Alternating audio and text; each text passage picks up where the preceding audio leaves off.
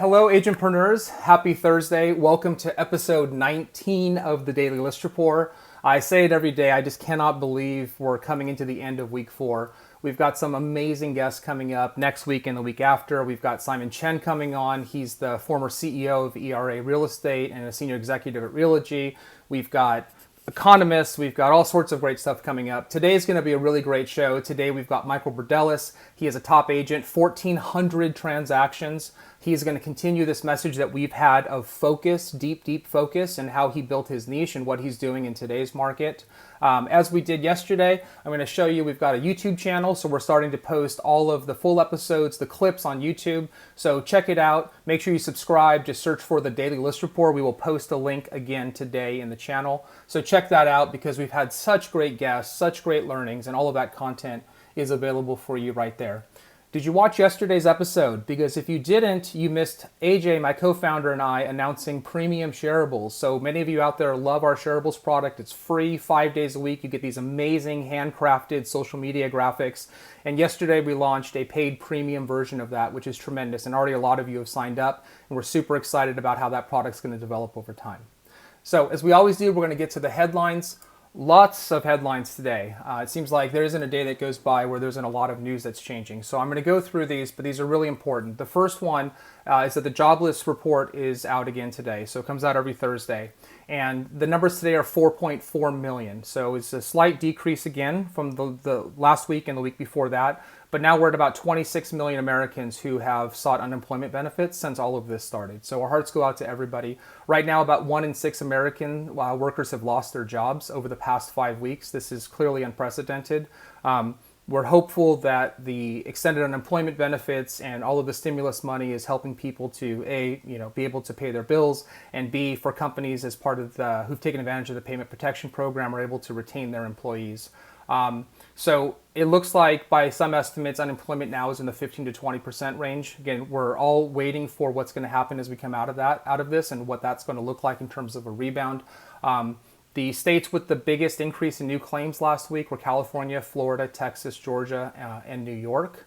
And separately, we talked about yesterday that the Senate passed earlier this week the second relief package for small business. So the House is set to vote on that today. They're likely to pass that. The president is almost certainly likely to sign it.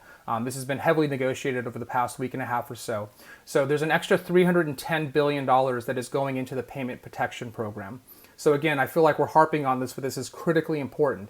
If you have not filed for the PPP money, you have to do that. And as we talked about yesterday, if you did file for that and you were not part of the first batch of people who got that money, make sure you contact your bank and ensure that you're still in line. You don't have to refile for that. So please do that. We have an episode on the YouTube channel from week 1, in fact, with some information on this. Our head of finance is actually coming on next week to talk about this in more detail to make sure you have everything that you need to be able to file for those benefits. Now, as a part of this, this bill that's going to be passed, there's an extra $75 billion that's going to hospitals and healthcare providers.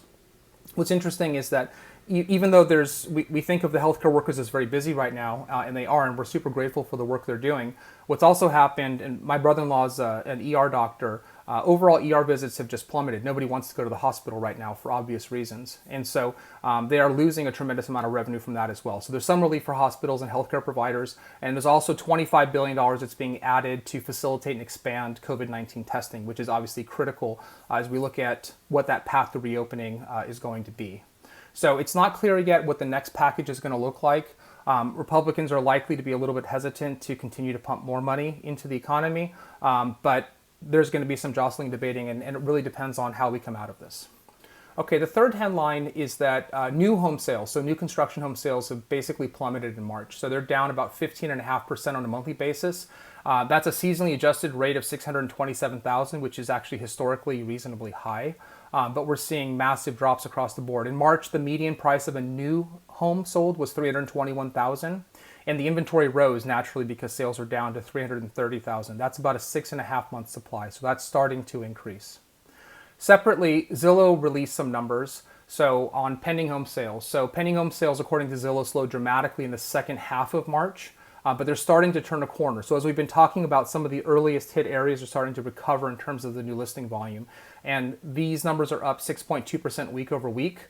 as of the 7 days ending April 19th. Okay, so we're starting to see a rebound in some markets of listing volume. Next is that, and this is actually really big news, is that Fannie and Freddie are now going to buy loans in the mortgage bailout program, and they have to loosen lending. So, what's been happening, as we've been talking about at length, and Eric Mitchell was on last week covering this, is that, before this, right, so mortgage lenders, both banks and non-banks, sell most of their loans to either Fannie Mae or Freddie Mac, and these are government-sponsored enterprises. And until this announcement, there was a lot of uncertainty for lenders, and they were starting to really tighten because they had no certainty as to whether or not they could offload that loan, and if that loan was in forbearance, if they'd be on the hook for it later. And so this should help to open up the lending environment, which is obviously critical to greasing the wheels of home sales. So that's really important. The last headline is credit unions. So credit unions can now also delay appraisals until 4 months after the mortgage closes. And so this just got announced yesterday, and that's really important. There are some rules and regulations around that. The credit unions have to hold that loan within their own portfolio, and there's some specific rules. But take a look at that. We can post that link as well in the comments here, so you can take a look at that. But credit unions can also now delay appraisals up to 4 months, after the mortgage closes. So, as always, lots of headlines. We'll see what tomorrow brings, but jobless claims are down, although they are still at historically high levels. And so our hearts again just go out to everybody who's lost their job. And so again, this is an opportunity for you as agents to reach out to those in your sphere, make sure that you are there for them to help them understand what's happening and to reassure them. And for those that are still looking to move, and we saw in the data from a couple days ago that 62, 63% of people are still keeping their plans to move, whether that's to buy or to sell. They're not sure what's happening right now either. And you can be a tremendous resource to them. Okay, so with that, here's what I'm going to do. And I'm super excited about this. I'm actually about to bring on Michael Berdelis. Michael Berdelis is first and foremost a high school buddy. So we went to high school together. We were in the same group of people. He's just a great guy. His family was in the real estate business, and he ended up going into real estate. He's done 1,400 transactions since he started his career about 20 years ago, which is tremendous. And what we're going to talk about is this idea of deep, deep focus, because he embodies this as much as Mark Choey and anybody that I've seen that's found real success in this business. So I'm going to bring him on right now. So Michael, why don't you say hi to our agentpreneurs? Hi, everyone. Morning. Fantastic. Michael, thanks so much for your time today and for joining us.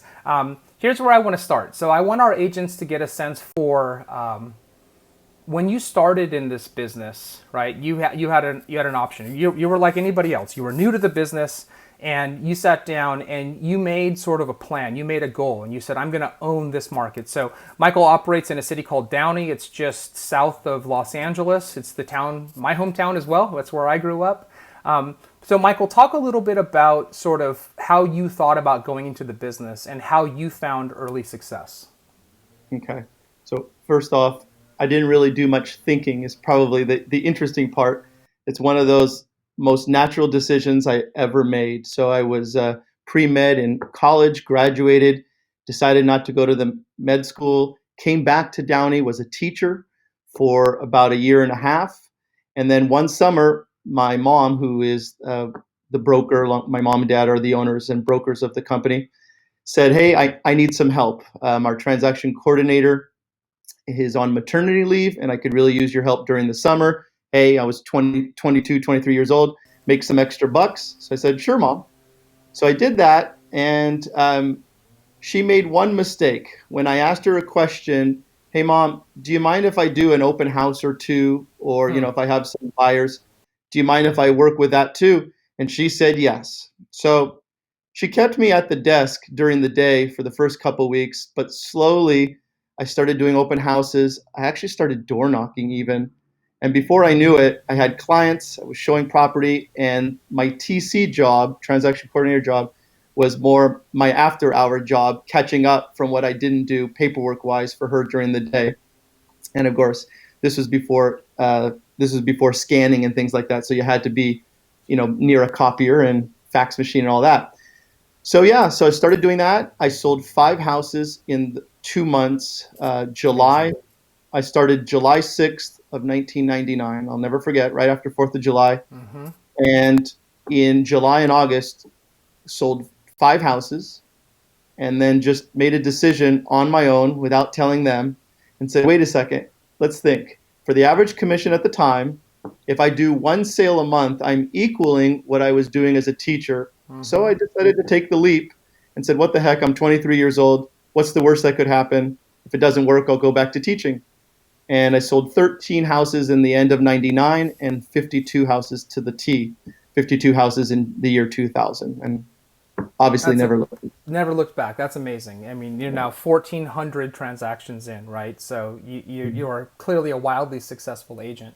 When you start, one of the things that you and I talked about in the preparation for this, and something that I've talked about quite a bit on this show, is mindset. So what I want you to do is talk a little bit about, this specifically, right? You've always, since I've known you, right, since high school, you've had a tremendous amount of discipline, a tremendous amount of focus, and not everybody has that sort of inherently built in, right? So when you looked at this opportunity, like you said, you didn't really have to think about it, you just went for it, and you just went out door knocking and all of the things that are difficult to do. So what I want you to talk about is you also train a ton of agents. So how do you help? What's your advice to an agent who says, look, I know what I'm supposed to do. I know I'm supposed to door knock. I know I'm supposed to pick up the phone. And you can talk about this in the course of your day, to this day, 20 years later. But what's your best advice to an agent who says, I know what I'm supposed to do, but I just can't do it? A lot of it is baggage. We all have baggage, emotional. I don't mean, emotional more than anything, making excuses. So you have to set those excuses aside and say, I need to work today. I need to make a sale to make money, to pay my bills. And if you're doing that enough, hopefully bills are instantly taken care of, and that's not a problem. But again, yeah, for me, it came natural just to wake up in the morning and say, hey, what am I going to do today? I'm going to kick some butt today and get it done.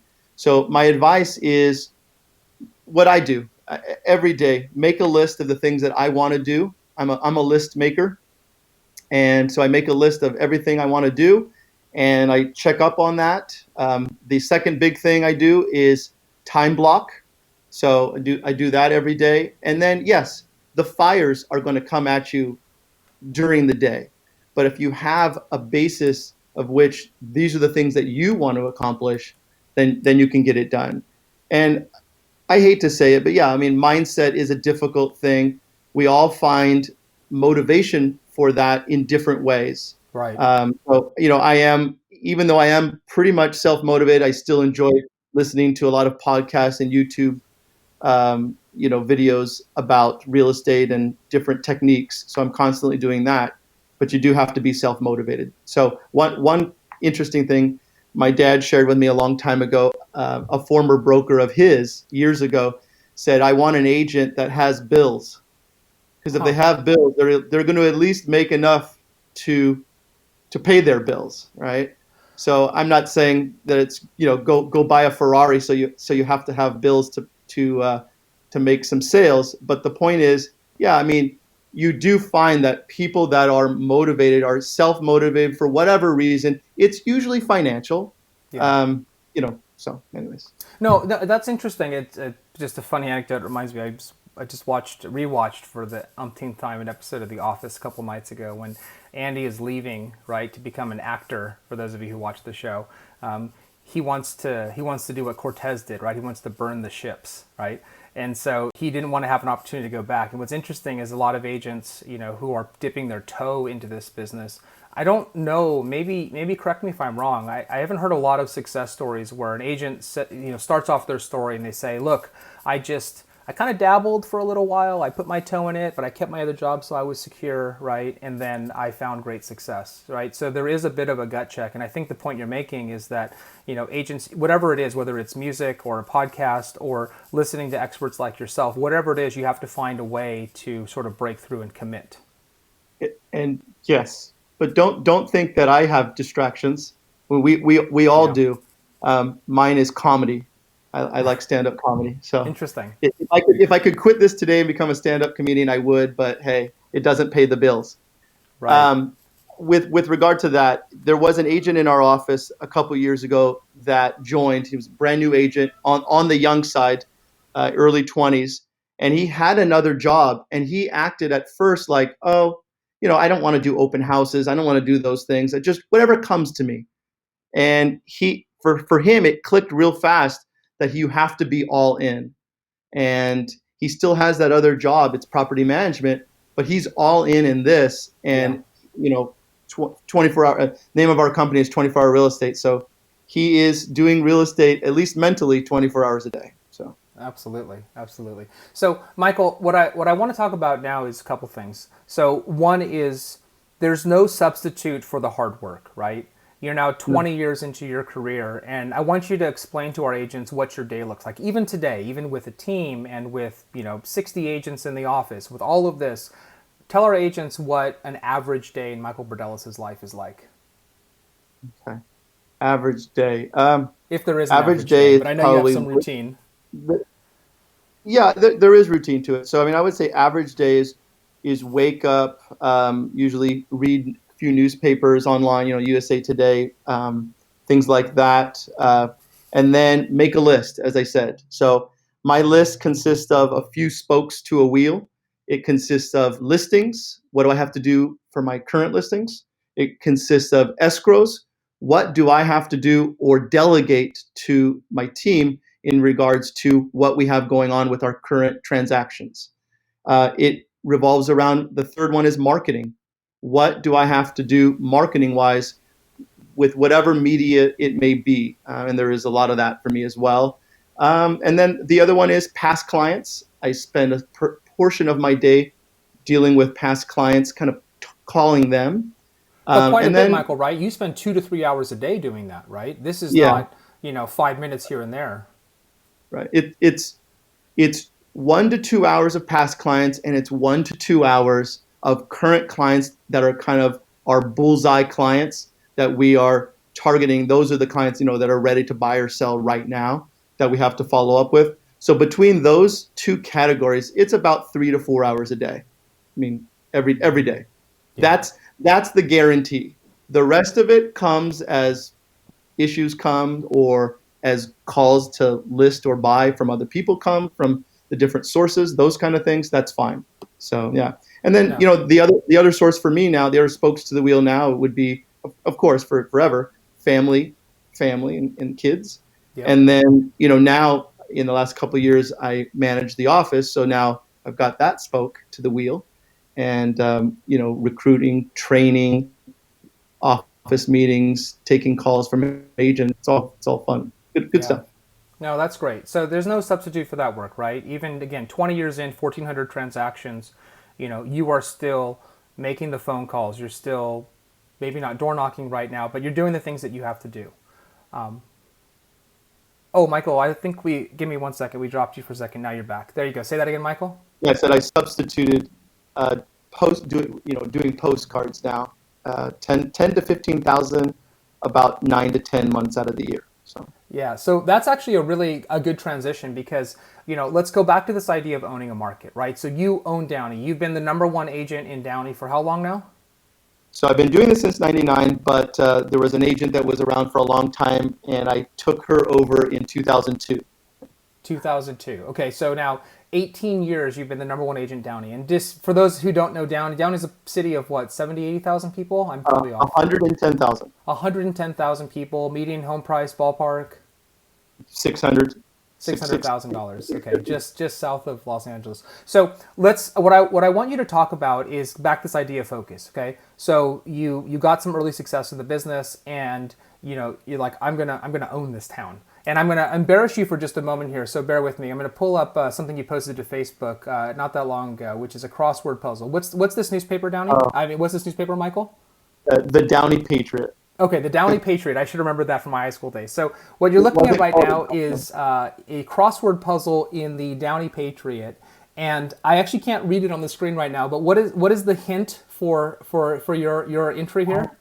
Oh shoot! Now you're putting me on the spot. I think it said a Downey real estate agent. Something like that. It just says something like Downey real estate agent Michael. Oh And my! then, There you go. Yeah, and then it's Berdelis, right? So Yeah, you own a market when you end up in the crossword puzzle in the local paper, and it just says local real estate agent Michael, and people know to fill in Berdelis. yeah. That's it's amazing though, right? But it's funny, but it's really important. So this didn't happen by accident. Obviously, you put in the hard work. Everybody has to do that. But you do a lot more than that. So talk a little bit about your email marketing, your print marketing, and touch on in that during these times some of the steps that you've taken to save some money, right? Or double down. Talk about what you've done there. Um, so I guess I should go back to the beginning, what you were saying, I don't do door knocking anymore. But in the beginning, I was doing door knocking. And in the very beginning, and so for anybody out there that's listening that is a new agent, I was doing door knocking because that's all I could afford, and having my marketing department make flyers that I was handing out, door Right. hangers. I was doing pumpkins during Halloween. I was doing flags during 4th of July and things like that. So, and then I used the sales, those first sales, to save money to do a postcard. I used those first sales to do an ad in the newspaper. And so, that's in 1999, 2000, 2001. So eventually, when the income went up, then I was spending my money in other ways. And so, yeah, I still do the Downey Patriot, kind of shifting the dollars there during these times, but still present there. I'm on Zillow, Trulia, and Realtor.com, and getting leads from there. That's a big source. And then postcards, as I said, I do about 10 to 15,000 postcards almost every month. I take a couple months off, and those postcards are obviously not just sold and just listed, but showing the success, showing what I can do for people, showing reviews, so that people can see that I'm hopefully the guy that they want to call when they're thinking to sell. Yes, I do email blasts, and so from Zillow and Trulia and Realtor.com, and from all the sources, open houses, things like that, I've created a database over time that has gotten up to about 9, 10,000 people that I'm sending an email blast out to about every other week. Um, and then on social media, Facebook and Instagram, try to do some sponsored ads here and there for my listings. And also in the last 4 to 5 years, I do a lot more video. Some are crazy videos where they're more for entertainment.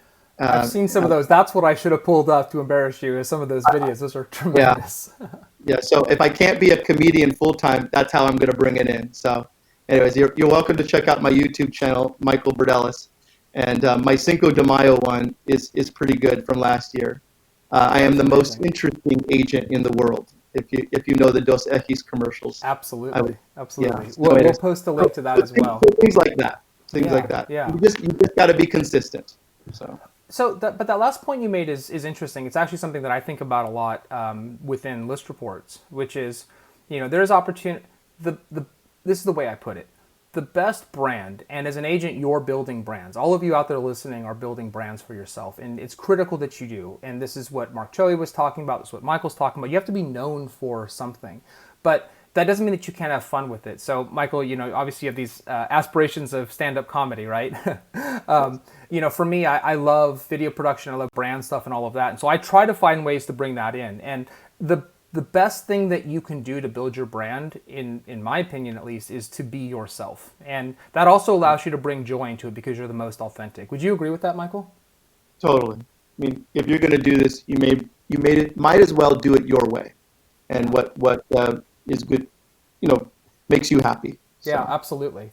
And I think the other point that you made, just to reiterate this because it's an important one, is look, when you started in this business, you didn't have the money to buy out the advertising. You weren't spending some of these things didn't exist then, right? But you did what you could, and then you took what you were making and you were reinvesting in the business. And I think that's a really critical point, right? If you're committing to being in real estate, and if you have aspirations to be a successful real estate agent, you have to be willing to take those gut checks. And being known for something is number one, and two, being willing to reinvest back into your business. And it's such a hard thing to do. I know this. I know it's hard because there isn't a base salary in most cases, right?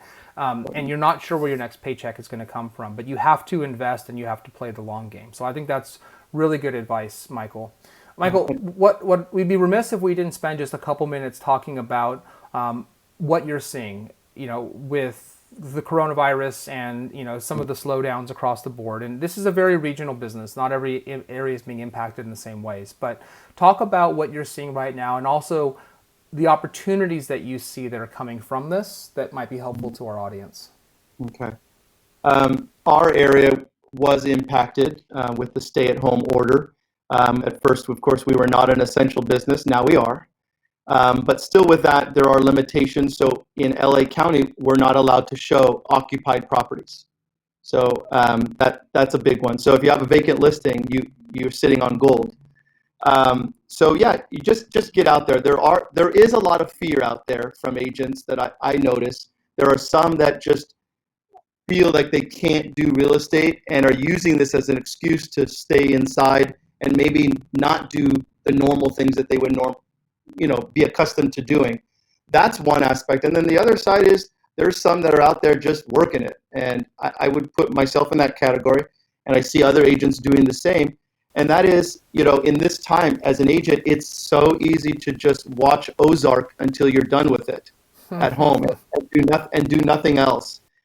It's so easy to not wake up until 11 or 12 because you think there's nothing going on. But if you can, keep a schedule, and get out there, you can still do well. And more than anything, be creative with doing different things, doing virtual open houses, for your listings. Today I'm doing one where the person didn't want to come to see the house, so just me and that other person, we're gonna go on Zoom, and I'm gonna show her the house at 4 o'clock today. And that's a excellent way, and she can ask questions. And it was a cold lead. She's never met me, but so we're going to take it from there and see where it goes. So you just got to keep plugging away, and just a little bit different now. So Yeah, as I say, I think that's. Oh, as they say, what? What's that?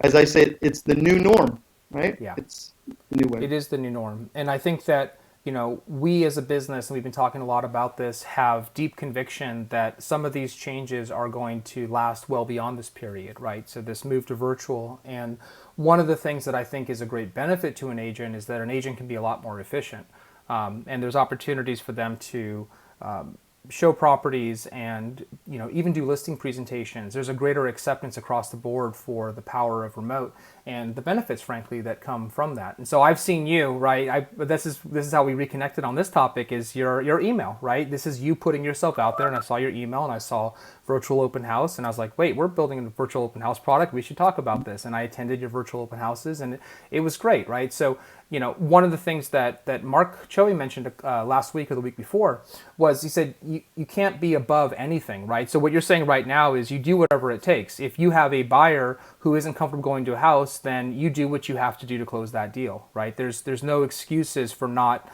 doing anything that's necessary to actually make these things happen. Right. I even did a walkthrough. The buyer was 70 years old and is scared to death to leave his house, and we had to close the deal, and he really wanted to see the house. So I said, hey, can you borrow your daughter's iPhone? And we did a walkthrough on FaceTime. So things like that.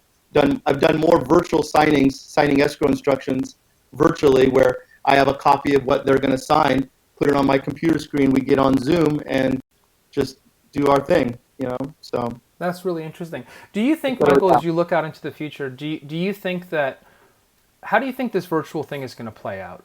Do you think that we're going to go back to a world of regular open houses, or do you think that there's going to be a rise in people viewing homes virtually, maybe even purchasing them sight unseen, or maybe just narrowing it down and then going to see it right before they're ready? What do you think is going to happen? I think this technology makes it so you don't have to leave your house or just use your phone to see the product, right? Yeah. So that is a good thing. So the product you're working on, Matterport, other people that are doing video are helping. And, I've been doing videos for a really long time, property videos, and now I'm just transforming them to more of a walkthrough feel, right? But it's still kind of the same thing.